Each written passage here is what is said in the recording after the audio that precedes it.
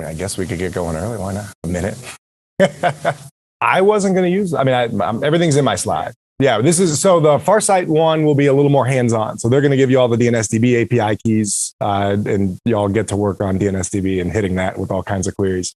We're going to talk more about active DNS. So really what the DomainTools side of the house does. So I guess I should give a little primer. So for the folks who aren't familiar, so with DomainTools bought Farsight about a year ago. Farsight is a passive DNS collector, meaning they listen to DNS queries in real time out in the wild. They pick up hundreds of thousands of observations per second.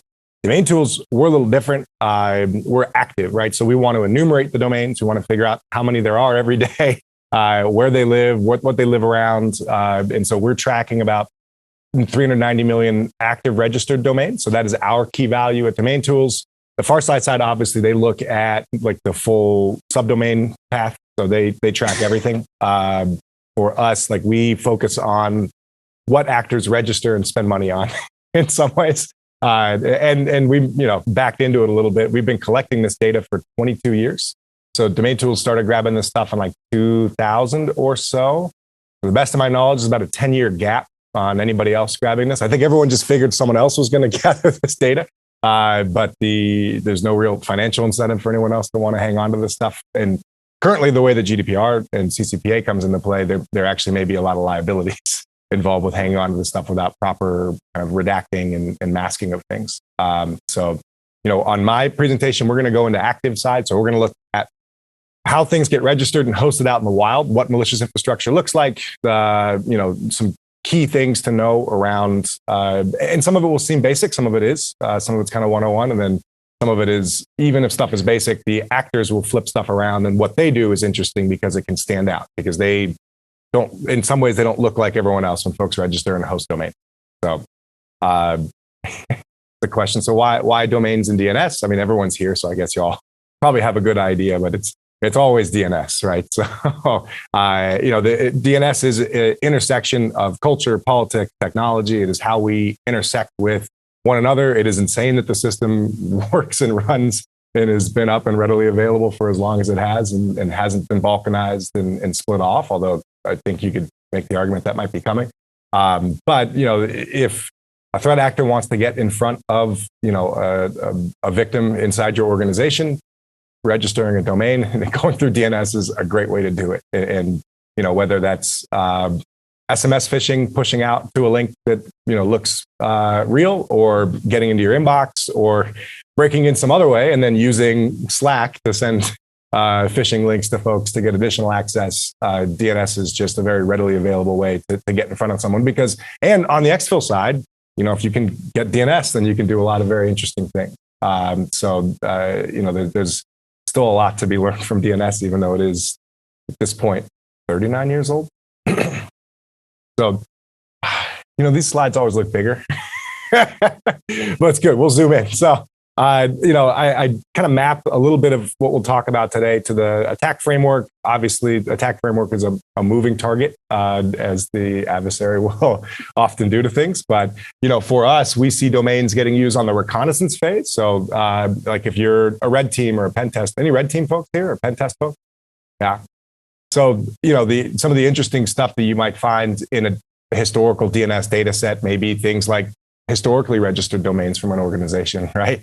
In our enterprise stuff, you can look at and say like, hey, what are the domains that are tied to an SSL cert org from an organization that are no longer active, right? So meaning you can go and register them, stand up a mail server on it, start to listen, set up mailboxes, start to send stuff out. Reconnaissance in DNS is great because they won't see you coming necessarily unless they're running their own authoritative name servers and seeing those queries come in. So being able to enumerate their infrastructure without folks kind of knowing about it is helpful. And you can observe a lot of cool things on the passive DNS side as well. So you may do service discovery out of subdomains, right? So if you see like adfs insert company name here.com, you're gonna assume that they're running AD and they've got Active Directory federated services. And then, okay, now you have a whole new phishing vector, right? So it's a lot more specific and targeted than kind of a blind, just pray and spray approach.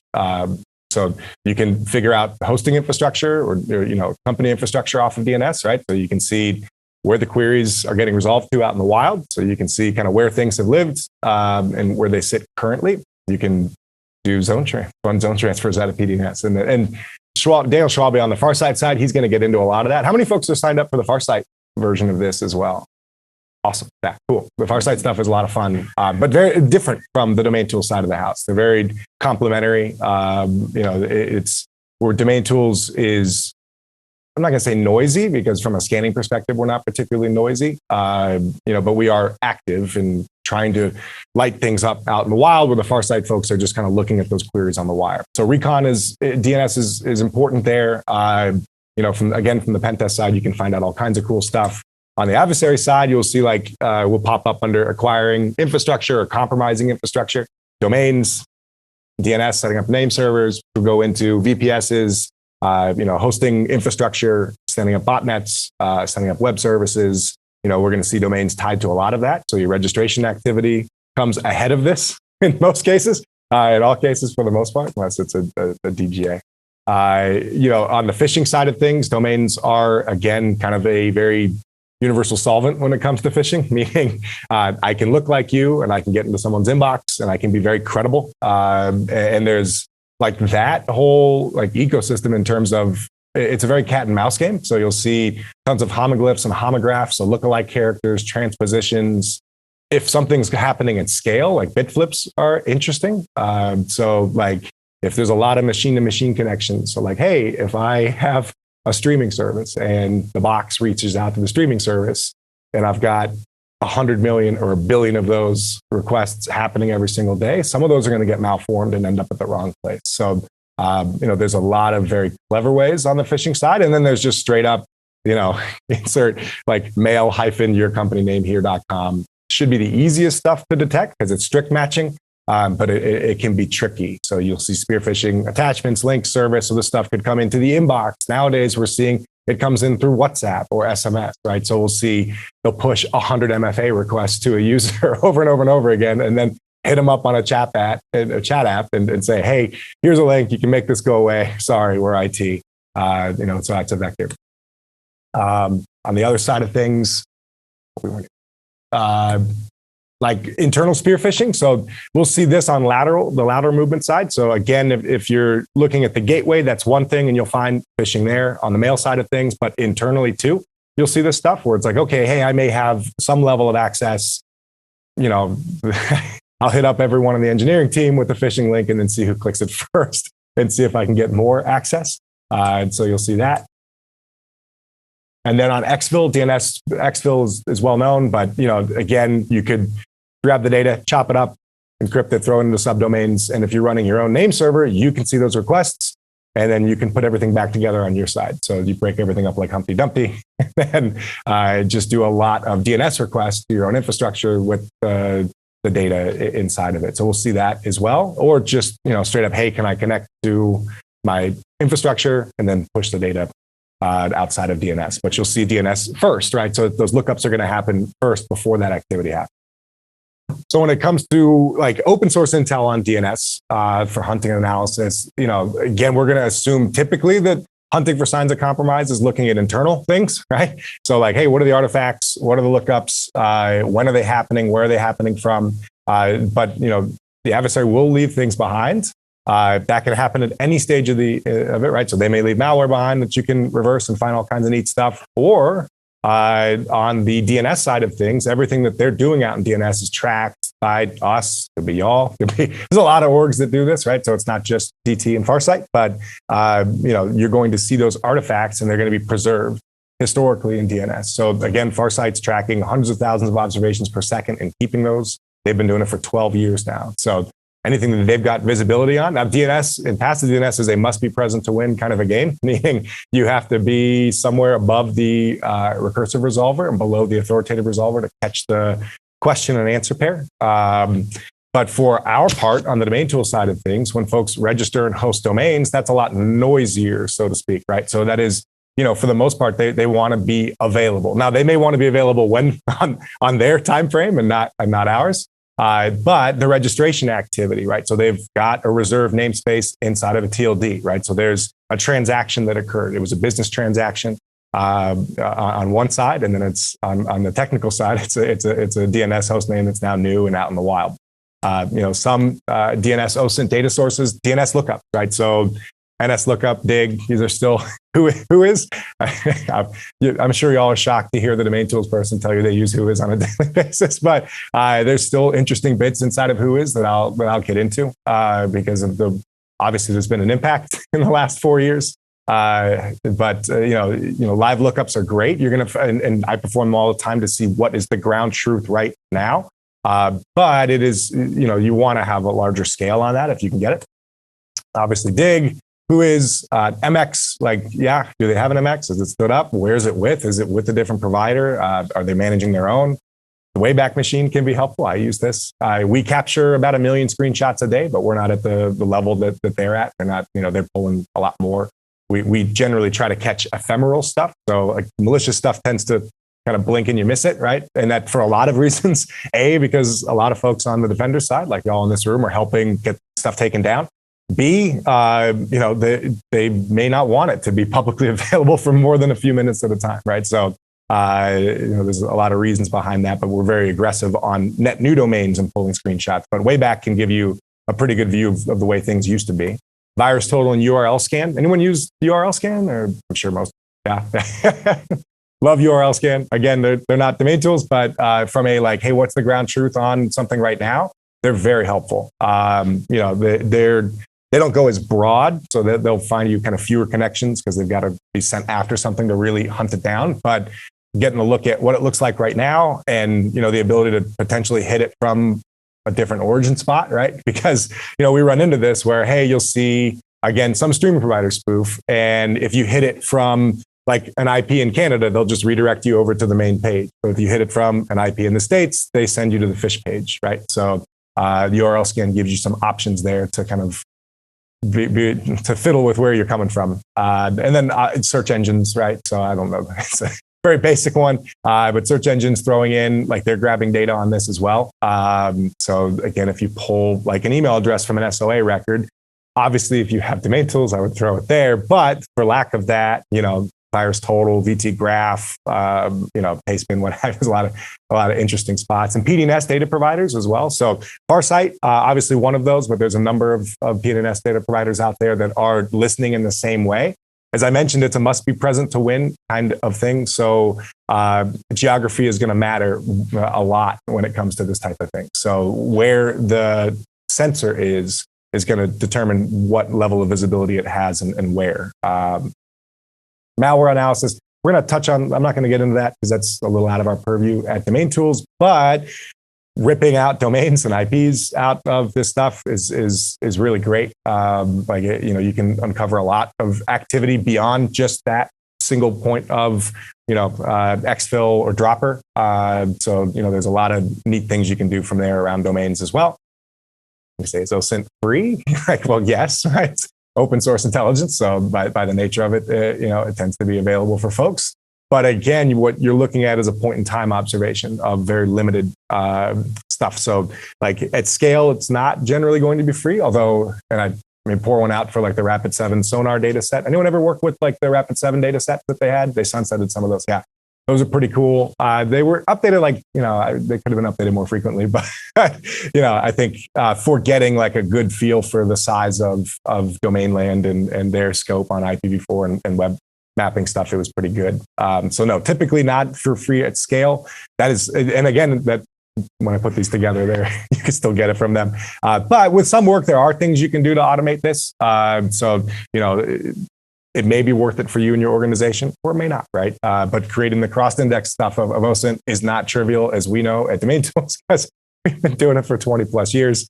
So, you run into all kinds of issues, not even on the data collection side, but on just well, did we set this stuff up to last 15 years? You always wonder, which is why we rebuilt everything this summer. When it comes to adversary infrastructure, a lot of folks think, hey, here's adversary infrastructure, here's your network, and then here's the intersection of, here's what you get to see, right? When you see activity on network, it tends to be a sliver of what that fuller picture looks like. And so going out hunting down the rest of that stuff is kind of threat intel in a nutshell, right? So, it forms the basis of a lot of what we do and a lot of what the CTI teams and the SOC teams that use our stuff are trying to get out of the data set, right? So we want to find connections on things in a post-WHOIS world. So some observations on adversary infrastructure. So when your malicious actors register and host domains, they're going to leave data behind for us to analyze, right? This data can give us insight into their business operations, right? Who do they do business with? Who do they host with? And maybe what are the reasons behind that? The targets of their attacks and the scale of their operations. So we can pull a lot of stuff from a domain name, believe it or not. So domain names, TLDs and registrars, we're going to get into that. Infrastructure providers, we'll get into that. SSL certs, we're not going to touch on a whole heck of a lot, but we do gather those at DomainTools. We go out and pull them ourselves for the domains that we know about to try and find self-signed stuff. But there are interesting things to be gleaned from like subject alt name fields, hey, did that cert renew after 60 days or not?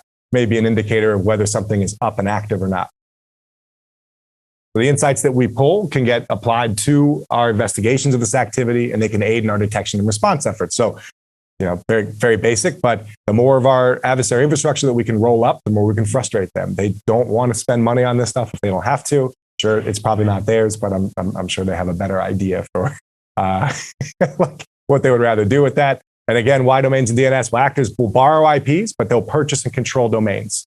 So the domains, the IPs underneath that, the hosting infrastructure gets swapped out, which is why they get used on C2.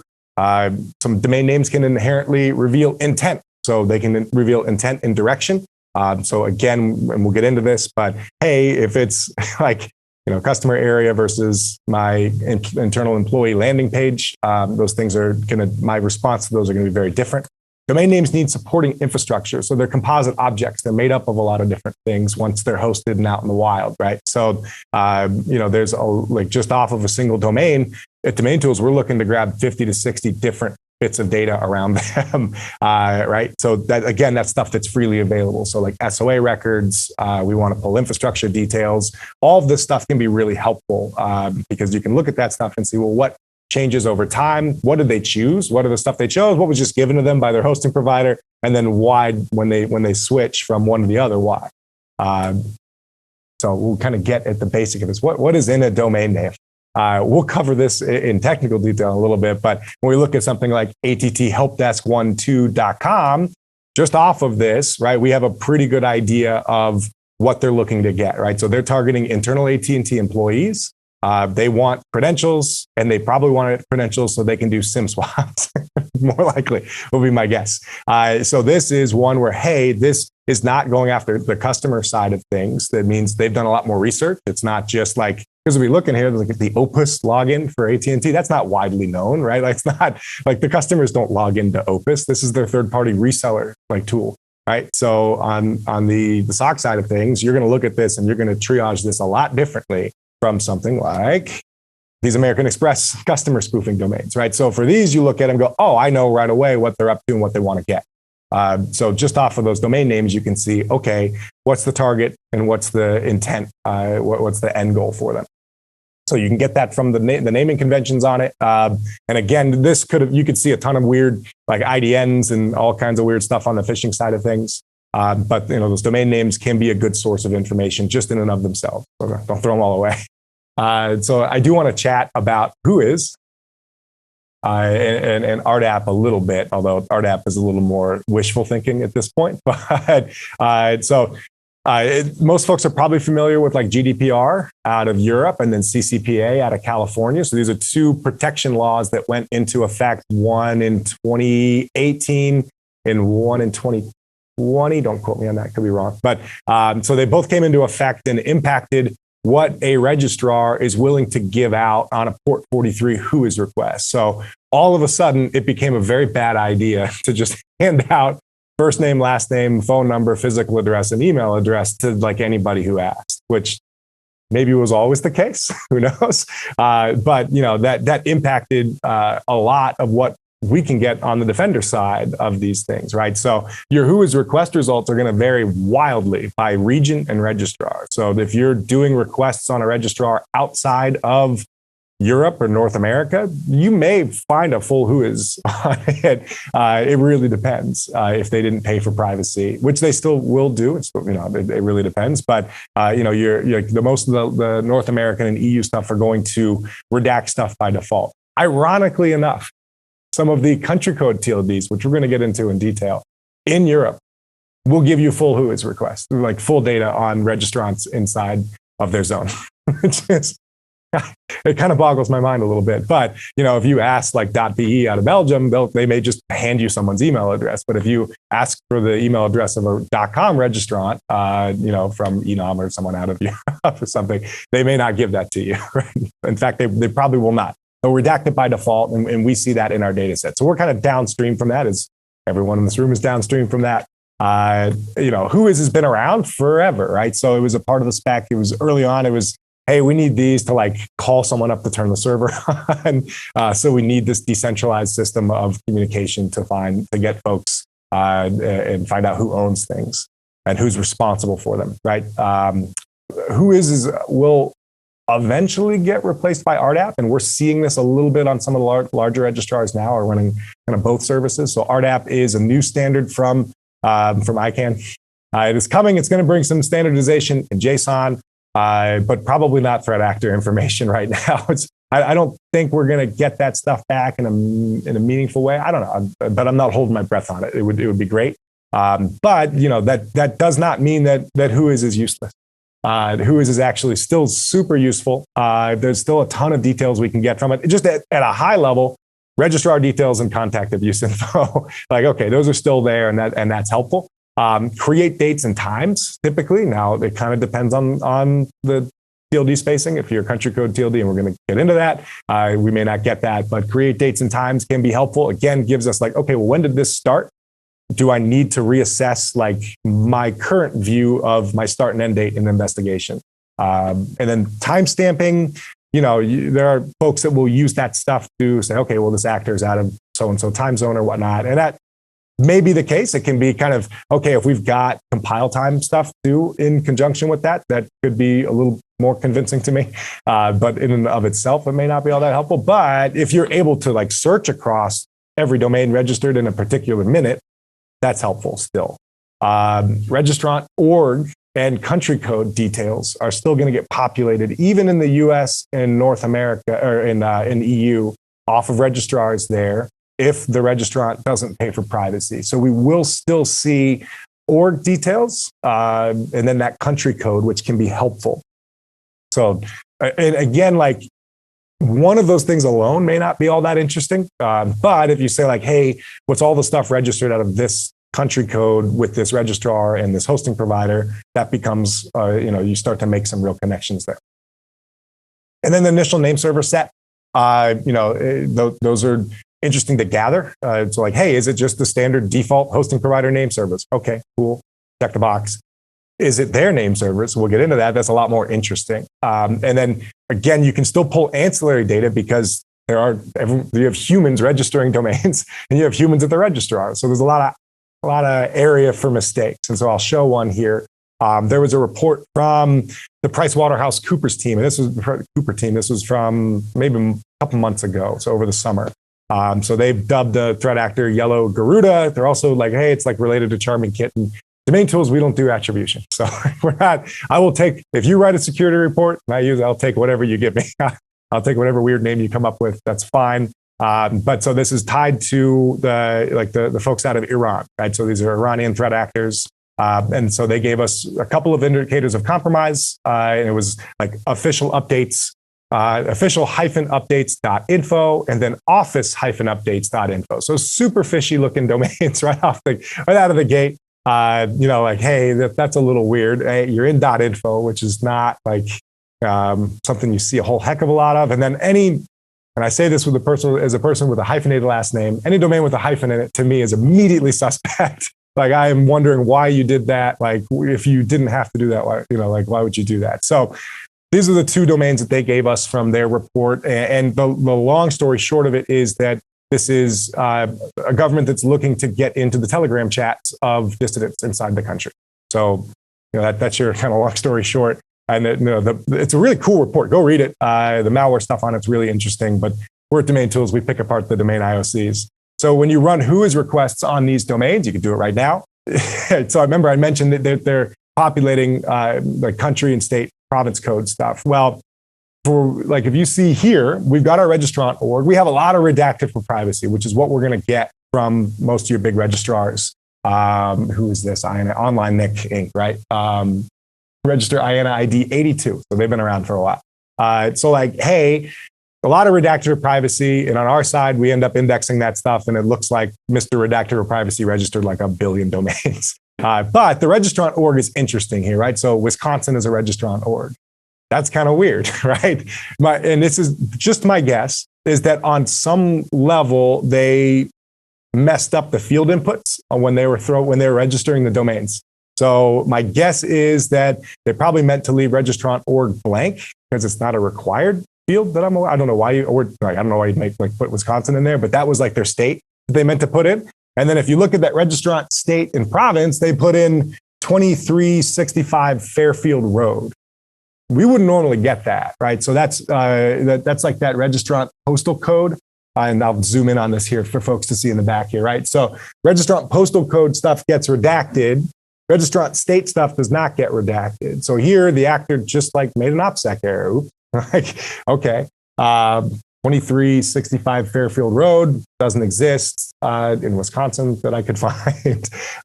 But here we have just a bit of a slip up, right? So for us here at DomainTools, we're like, well, what other domains contain 2365 Fairfield Road, right? So it turns out there's about 19. Average age is about 292 days, so they're under a year old. A bunch of these are a lot newer. We'll see official updates and office updates are in there, but a bunch of these are a lot newer than that. So they're 4 or 5 months newer than the stuff that was posted in the PwC report. So it's like, hey, again, if we go back to our diagram, we've seen that sliver on net of the first two .info domains, but the actual adversary infrastructure, it's larger than that, right? And I'll tell you, it's larger than this too, right? I'm not silly enough or naive enough to think that this is the extent of the phishing operations for this particular group, but from this cell of activity, it's a lot larger than just the two that we saw off of the report, right? And so for us here at DomainTools, you'll see there's a number update carrioos.info, there's our hyphens again, network-update.info, lots of variations on a theme. And then that top one there is a university in Iran. So again, if you're looking to target dissidents, they're probably at a university somewhere. So, absolutely heinous behavior. But hey, we're able to peel back that onion a little bit and get a better view of what they're up to just because they messed up a field in WHOIS, right? So WHOIS in 2022 is still very interesting. Even if a lot of that stuff is redacted, there's still a lot of opportunity for people to make mistakes. And even outside of that, registrant org gets populated a lot and is a unique enough field to find interesting things on. So even if you don't have the ability to reverse pivot off of a large data set, tracking the stuff internally can be helpful because the next time you see one, now you say, okay, well, who else is going to be registering domains with this 2365 Fairfield Avenue address?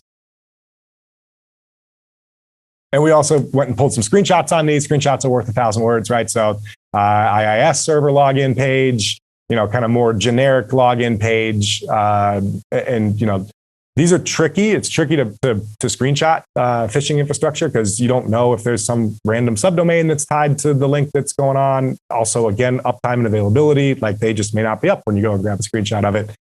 In this case, we got lucky and managed to snag a couple. Anyone working CTI? Anyone on a CTI team? Cool. Anyone done SANS, 578? Nice. It's a very cool class. So they covered some of our stuff in there, which is pretty interesting, but then they'll paint the fuller picture with the other tooling. So we'll do TLDs and registrars. So we'll do the too long don't read, and then we're going to do the very long we will read. So TLDs and registrars, again, these are business transactions. So it is, to me, always fascinating to see what an actor chooses out of a TLD space, like .info, for example. Was it just for sale, maybe. It's just like a 99-cent registration and it's legitimate enough. Okay, that's good enough for me. But for someone to register like a .inc domain to try and spoof you, it costs a couple grand, right? Like it's probably not, I remain to be proven wrong about this. I'm sure I will be at some point on a long enough timeline. Everything will happen in DNS. But it's something to be aware of. The converse of that, right, are like some of the country code TLDs, and we're going to go into detail on these, but some of the CCTLD space governs, all of the CCTLD space governs itself. And so there's a set of country code TLDs that are actually no longer operated by the countries that they're affiliated with. They're run by Freenom. They've delegated their responsibility for that to those, and they will allow folks to just borrow a domain from them for free. So .tk, ML, GA, CF, and GQ are part of that, and they don't like have a great concept of create dates on their WHOIS records because they're like, well, what do you mean? Like you just borrowed it. There's no create date. But again, it's like, okay, this represents no investment from an actor if they're using these to target your organization. So kind of adjust accordingly. Or something like .io in the middle, where when it's not on sale is like $30 a pop. So again, if you see a ton of .io registrations, it's possible they got them for 99 cents a piece. Like the registrars will do sales and things like that. But barring that, it's very possible that they're spending quite a bit more money than if they registered .coms or TKs, right? So we'll do the very long do read. The GTLDs are managed by ICANN. Everyone's familiar with them. GTLDs are like com, net, org, edu, gov, mil, biz, info. Like for us, it was like the big six that we were initially tracking. And then some of them are unrestricted, meaning anybody can register a domain in them. So anybody can go register a .com. And then some are limited to are a lot more closed up. So like the .edus, you've got to be an accredited college, right? .mil, you've got to be affiliated with the military. I saw United States Army Guide .info got registered yesterday. I'm like, well, that's not a .mil. And yeah, the registrant.org on it was like United State Army Department. It's like, okay. I'm glad they're populating that field. I don't know why you would. Again, you could just put in redacted for privacy and not look silly, but hey. And so like, hey, .mil is limited to military folks, right? So GTLDs are the most common, but there's a lot, right? Country code TLDs. This one is fascinating to me because they're all governed. They're not governed by ICANN. So it's kind of a wild west. So what you get off of a WHOIS request is going to vary wildly, which is why some of the Euro countries will just give out a full PII. And then, some of the others will give you absolutely nothing, not a create date, not a registrant. Like they barely want to give you the initial name server set on it, right?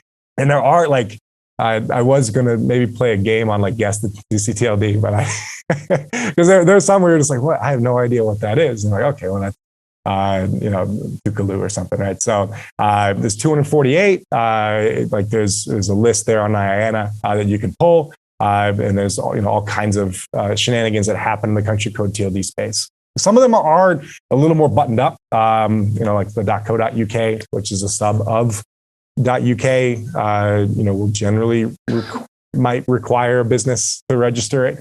And some of them are like open. So we mentioned like the .tk. It was sold by that government, and now it's used for free domain registrations and not by the 1,400 or so people there.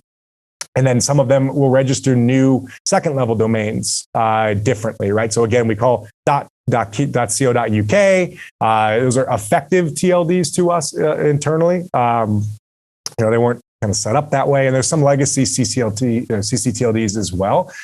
.su still gets stuff registered in it all the time. Not a lot, but it's still active. And again, they're not subject to ICANN at all. So what they give on WHOIS, what information they give is, and they may not publish a zone file. It can be very tricky to do domain discovery in the CCTLD space. Like you could register a domain in some of them, and as long as you're not like setting it up on a name server and throwing a bunch of queries around, it could sit dormant until it gets thrown into action. IDNs.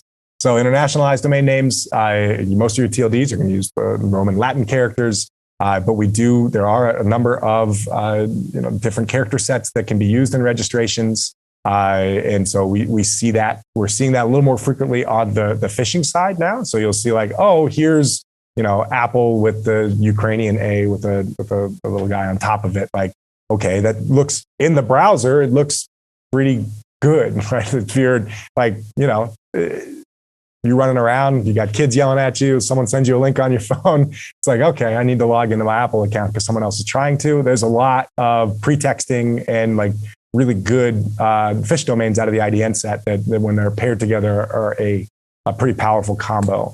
So like you end up with like, hey, this is now a valid domain name, which, you could pop that into your browser and go somewhere. But then on our side, we see it in the Punycode ASCII format with that XN --, and then the Punycode variant in there. That's the code to kind of represent the character set. So if you want to convert them, you go to idna-converter.com. We convert them internally in our tooling. And then, if you got more interest on IDNs, you can go over to the ICANN side of things and they'll tell you all about it. But something to be aware of when it comes to phishing, we see it pretty common. It was not common like 4 or 5 years ago. We didn't see a lot of that kind of stuff, but now it is more and more common, I'll say for sure. New GTLDs, which may be the bane of some folks' existence. So we've seen like the GTLD space has proliferated quite a bit. So they opened it up to just about anybody with like $300,000.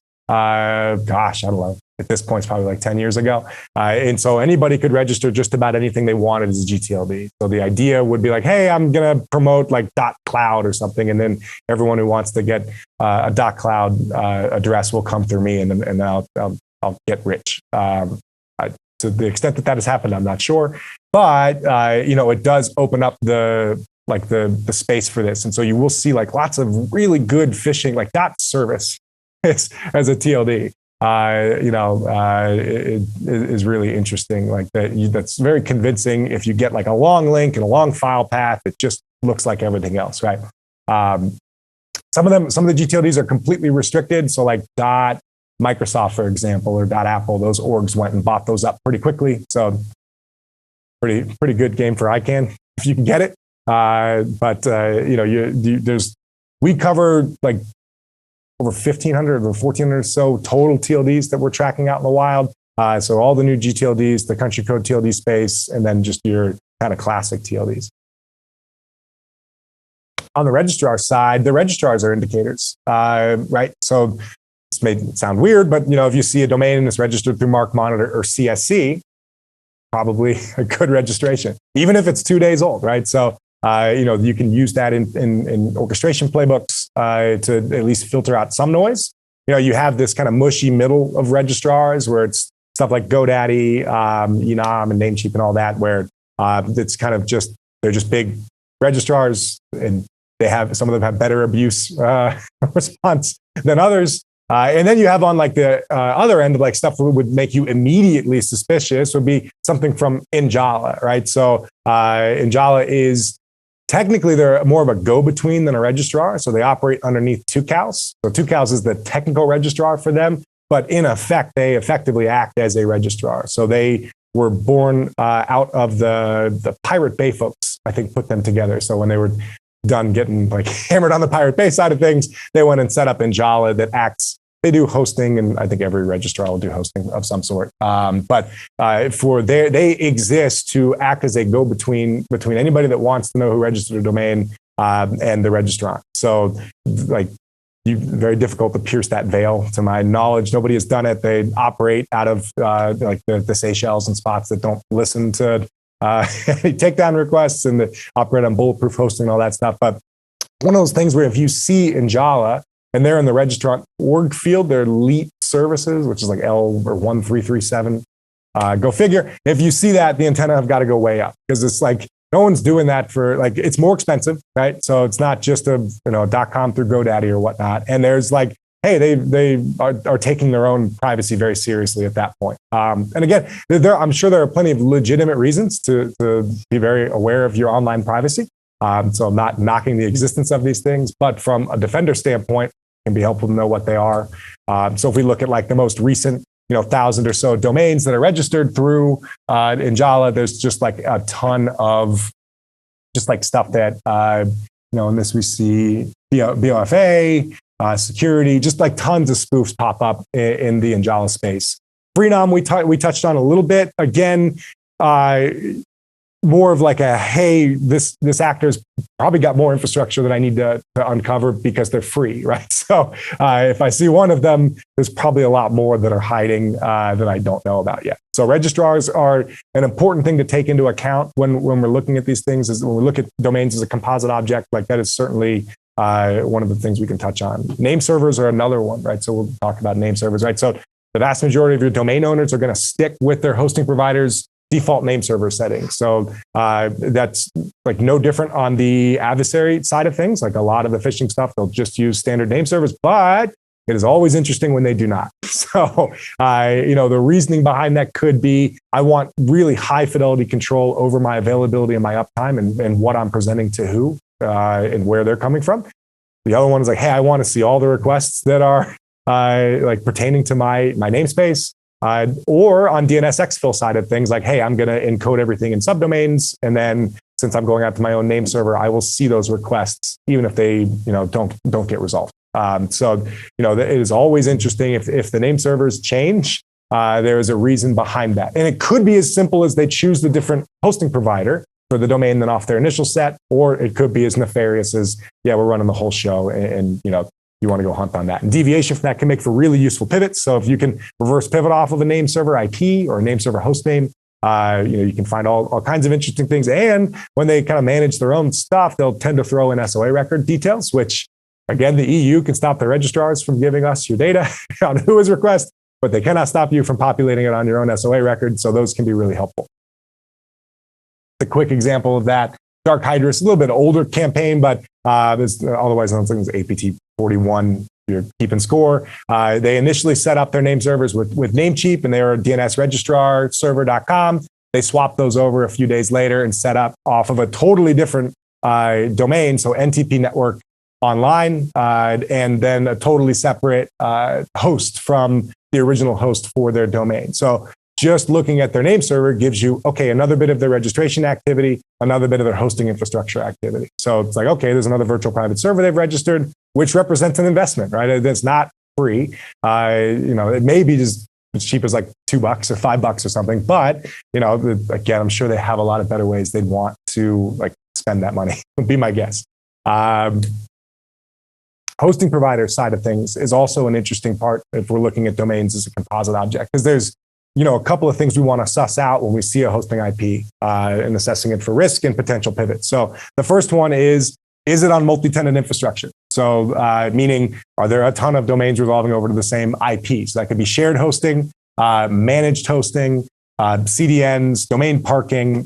Some of the larger CDNs may have hundreds of thousands or a million domains resolving over to the same IP. Some of the large parking IPs may have tens of millions of domains hosting over to the same IP. So it's really important if you're going to like go ahead and block an IP to kind of figure out which one is which first, because if you end up start blocking like Cloudflare stuff, it may impact what your users are able to get to legitimately, right? So on the multi-tenant side, there's a ton of players in that space, but some of the larger ones like your GoDaddy's, Wix, Squarespace, like the Vistaprint and Pantheon, which is like an enterprise WordPress hoster. But like some of these are like the WYSIWYG, what you see is what you get, like website editing tools, usually indicative of I'd say a lower maturity campaign, right? So like, there's a lot of like, hey, let's do like a free trial with Wix. And we see this on the phishing side of things with them as a registrar too. Like when we see their registrations pick up a bunch, it's usually tied to some free trial thing. And then there's always malicious stuff that goes along with that. So, hey, I want to know if it's multi-tenant infrastructure, or the flip side of that is single-tenant infrastructure. So meaning, hey, this is actor-owned and operated. The connections that we make off of these are a little more solid, right? So in this space, you'll see GoDaddy. You're going to see overlap too, because your hosting providers, they love to be everything to everybody. But your Linodes, your DigitalOceans, Ramnodes, Vultures, like the virtual private server space, you stare at this stuff long enough, you will start to group them together, and those are a little more actionable, right? So that's when you're like, hey, maybe I'll go spend some time poking around at that host and see what ports are available, right? Maybe I will go and reverse off of that IP and see what other domains are hosted there. Look at the subdomain activity and passive DNS to see what's flying around on DNS regarding that. Like those are a lot more interesting. So the trick is like, how do you figure out what's single tenant versus multi-tenant? Because on the outside, they could look identical, right? So AWS, you could be an EC2, you could be in CloudFront. The IPv4 is still going to come from Amazon. So like for IPs with greater than 50 to 1,500 domains or so, your shared hosting is probable. So on a Linux shared hosting box, depending on how much RAM you have, you're probably maxing out around 1,500 domains or so. But you can see that many on there. And then it's like, well, the stuff on there, you may still be able to find interesting pivots. If you're looking at stuff like create dates and subdomains and SSL certificates, you can still tie things together, but it is not just a blind reverse and say all this stuff is tied together. Hosting IP accounts with domains counts beyond that 1,500 are almost certainly going to be a CDN or a parking IP. Making connections here can be really, really tricky, if not impossible. It's not even worth it to try, right? So if you look at something like Cloudflare, you may have it's tough to see, 140,000 domains resolving over to a single IP address. So yeah, don't block that one just for no great reason. On single tenant infrastructure, it is an investment from an adversary, and the business relationships they have with the hosting providers can be a revealing TTP. So you can explore and monitor and block single tenant infrastructure proactively. You can get real active about it because, again, the impact on folks like legitimate uses of folks in your org are going to be pretty minimal. And again, like who they do business with is important. And again, these are point in time observations. So what happens this week may shift next week. But holding account for that says, okay, if I know that my threat actor loves to use DigitalOcean, now I've got another incident. Here's a domain, it's hosted on DigitalOcean. Okay, let me start to connect the dots on these things. So treating these things more as composite indicators and not just throwaway things will help you in the long run. So if you're bringing this stuff into a tip or something like that, these are definite like fields you want to pull in. Okay, you don't have to use us. Go and pull it from WHOIS, go and pull it from IP WHOIS lookups and grab that stuff. But it's really helpful. And if you're leveraging reverse DNS queries, check out the whole neighborhood, right? So, when they set up their hosting infrastructure, if they, set up a bunch of VPSs at the same time, they may get allocated, IPs that are in the same range. Now, it is tricky nowadays. Like they're not making new IPv4s. So the cycle time on the hosting provider side keeps getting shorter and shorter. It used to be they would let the IPv4 sit for like 60 to 90 days at least before they would give them back out to somebody. But we're seeing that kind of shrink down. But if you look at something like, hey, here's like, it may be worth it to pull a reverse query. If I'm seeing a malicious domain off of one of these IPs, let me go check out the whole hosting allocation and see what else is hosted there. Especially if I have reason to believe these are virtual private servers, because I'm not going to catch a lot of noise off of the rest of the stuff in that grouping, right? So yeah, using passive DNS queries on single tenant IP addresses can help dig up subdomains. You can unveil additional services, additional related domain and hosting activity. But you got to be wary of large time gaps in the response off of that. And I'm sure Daniel will get into this more than I could. But that is an indicator that the IP has been cycled from one customer to the next. So like if you see something like this, where there's like this, that's like a 3-month gap or so, like your confidence level in connecting SSO.business to Google-account.com should be pretty low just off of this alone, right? Now, if you have other details around it that say, hey, we had the same like type of malware from both of these domains, then clearly you can connect them together. But anytime you see like a break in the response period, it usually means that, hey, that customer either they got reported for abuse and they got pulled back, or they stopped paying their bill or whatnot. But yeah, so like be very wary of those types of gaps in the responses if you're looking at passive DNS. We can touch on SSLs a little bit. Again, they're not out of DNS per se, but they'll pull DNS info in them off the SAN field, the subject alt name field. So self-signed certs may also contain typos. For DomainTools, we want to go out and find all the certs ourselves. So we kind of ask very nicely of all the hosts. But you can find bits of information in the SSL certs. So there was a couple, it was about 18 months ago or so, almost 2 years ago now. UNC 1878 ransomware group.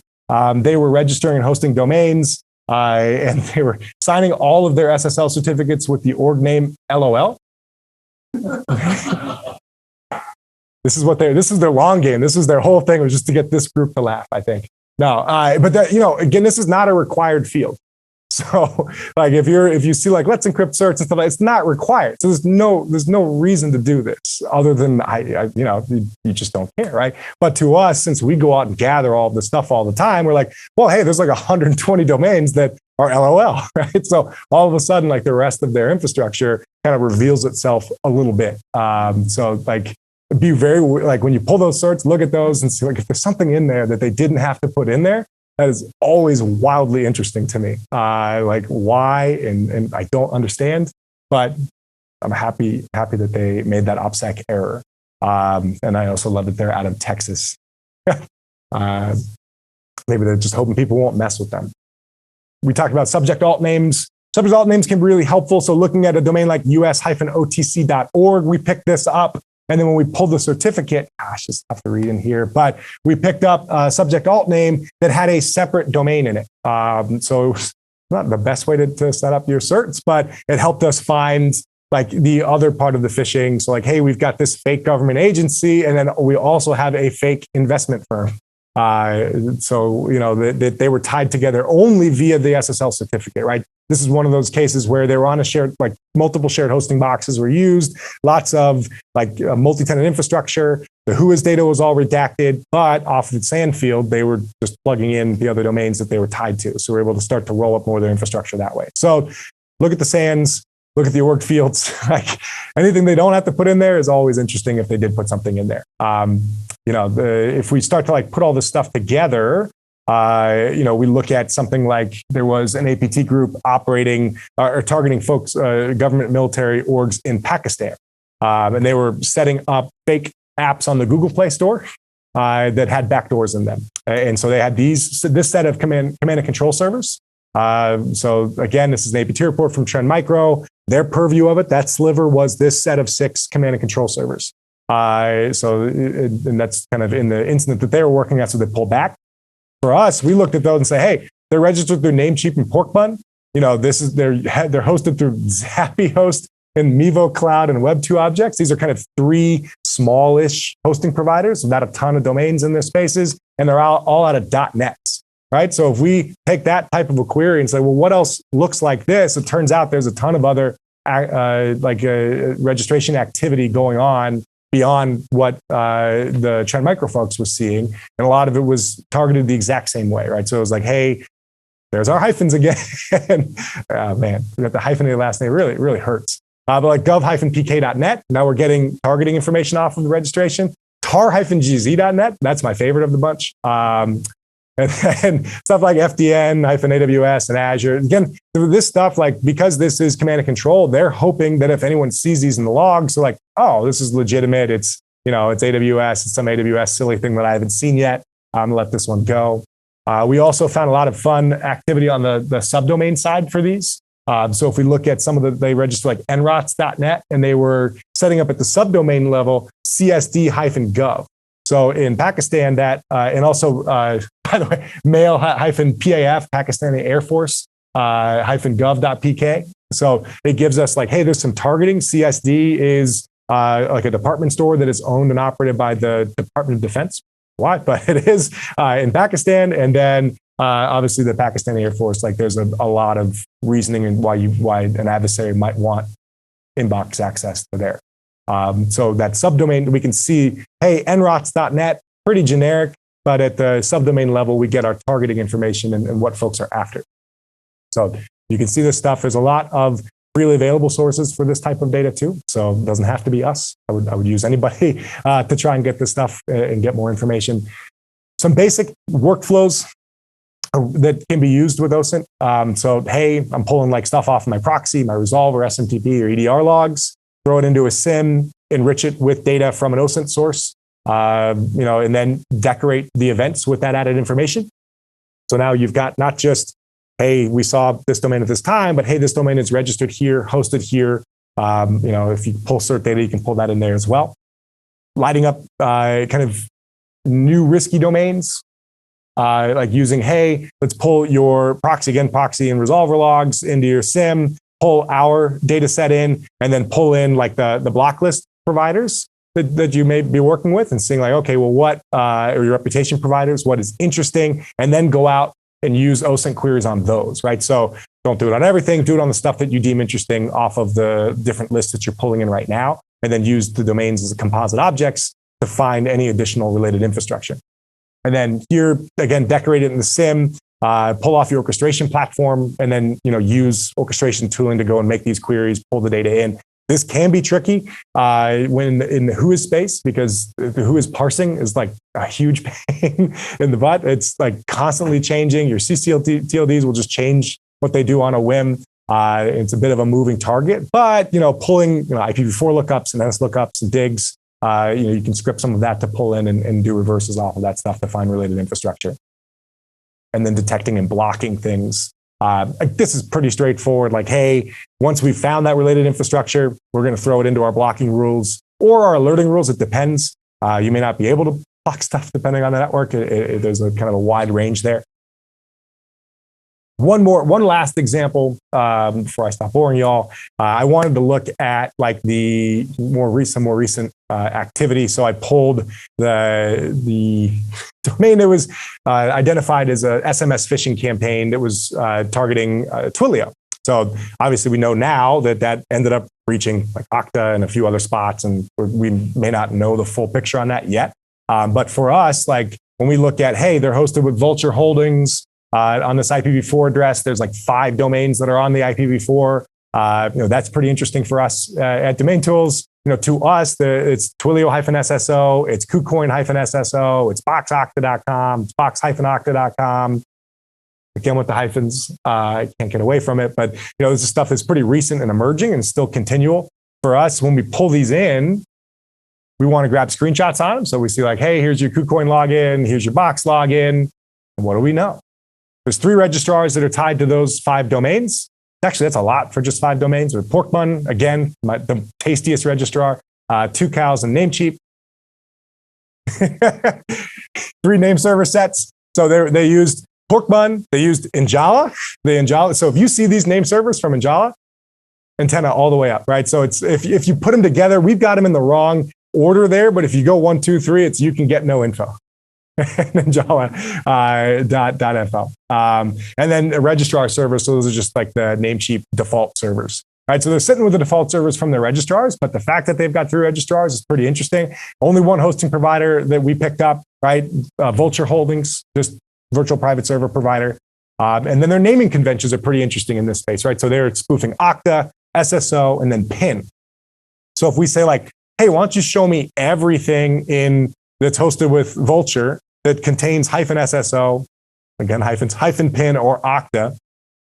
And it turns out there's just like a ton of stuff that's tied to that campaign that, all on a bunch of different virtual private servers that they stood up, a lot of co-hosted stuff there that gives us a much fuller picture of what they were looking to get after, right? So the Okta stuff was just kind of the tip, or the Twilio stuff was kind of the tip of the iceberg. They were going after a lot of different providers, customer services and service providers. And here, we got screenshots to prove it. So we pulled login pages for Microsoft, for Twilio, for DoorDash, for Yahoo, just like leave them alone, for MGM Resorts. This was one that we picked up when we were in Vegas for Black Hat. They were hitting MGM Resorts. Right? And this is the employee login page for MGM, right? This is not like the just standard, hey, I want to spoof Wi-Fi at MGM. You see, it's like, use your employee ID. Like, do you need help signing in? I'm sure they'll help you. They'll give you a phone number to call. T-Mobile, again, your wireless providers, any telco provider is pretty interesting, but the wireless ones in particular, really interesting to get creds for. There's just a lot, like once you have those, you're just swapping SIMs. And then they were going after like Tech Mahindra, Teleperformance, all the customer service as a service provider. Supply chain, right? So I get in there, I can potentially get access to anybody that they are doing business with. Even the smaller ones, Tech, eCore, not that small, Arise, they were casting a really, really wide net for this because, again, on the customer services service side, you get in there, you have access to a lot of different companies. It's like breaking into an MSP, right? It's like you could see a lot of different company infrastructure there. So they're huge targets. Oh, there's more. Sorry, TELUS, Cinch, Sykes, again, more of this stuff. And so on the CTI side of things, you may not be impacted by Twilio or Okta, but you may be impacted by your customer service as a service provider getting hacked, right? So it is in your best interest to do this type of work to figure out because what you see in the security reports is, again, what they have like visibility to off of a breach response. The fuller picture may be a lot broader, and getting after that can pay a lot of dividends, because then you can go report upwards and say like, hey, Sykes, do you guys have anything you want to tell us, or Cinch, or tell us, right? Like, there may be questions that need to be answered there. So what do we find off of that? There were like 51 similar domains, and this is from a few months back. So the campaign is continuing. There's actually a lot more nowadays, but 20 likely dedicated IPv4s. So again, this is like their investment. It costs a lot more money to register, to stand up a virtual private server, or dedicated. It costs a lot of money to stand up a dedicated host. I'm not naive enough to think that they're doing that. But on the virtual private server side, that costs a lot more than just going with a shared hosting box from GoDaddy or Namecheap or what have you. So it's like, okay, those are a lot more interesting to us on the CTI side of things. And I see we're just coming up on time. Thanks, y'all. I'm happy to hang out. If y'all have any questions on anything we've covered or anything else, I'm more than game. Yeah, go for it. Yeah. Yeah.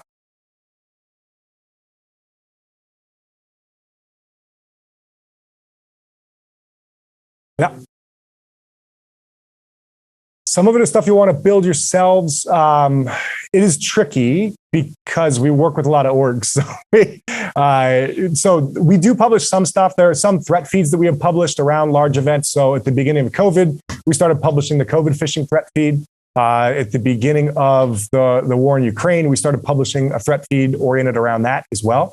So there are certain cases where we will publish these things for folks.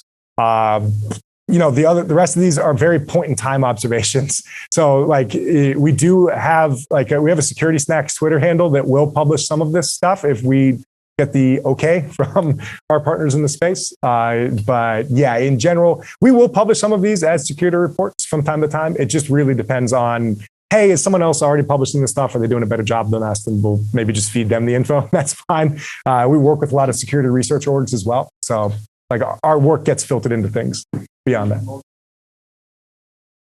Like a feed. So on the product side of the house, we have feeds, right? So if you want, hey, I want all the new domains that are registered today, we could do that. I want all the domains that y'all think are risky, we could do that. Yeah, absolutely. Cool. Yeah, I will repeat. The question was like, hey, does DomainTools as an organization publish security reports that contain the data we looked at here today? And the answer is in general, no, but occasionally we will. And when we see an opportunity to do stuff at scale, like COVID and Ukraine, we will jump on that. Go for it. Yeah. So is there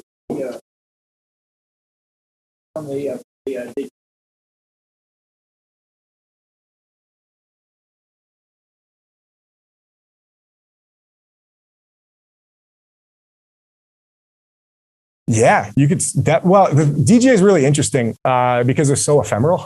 Like they're a real blink and you miss it. On one side of things, our like our ML classifiers can see those and smell them from a mile away. On the other side of things, it's very difficult to get in between that stuff because it's happening so fast. But yeah, absolutely, manage your own name servers because you want to have a super low TTL.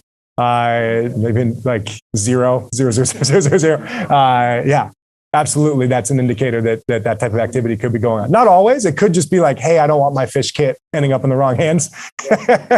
Yeah. Yeah, there's definitely a correlation on that. Yeah. That's a great question. The question was, hey, is there a correlation between actors that operate their own name servers and DGA activity? Or super ephemeral, like up and down domains. Yes, I will share the slides. I noticed some mistakes. I'm going to clean some up, but I will share them. Yeah.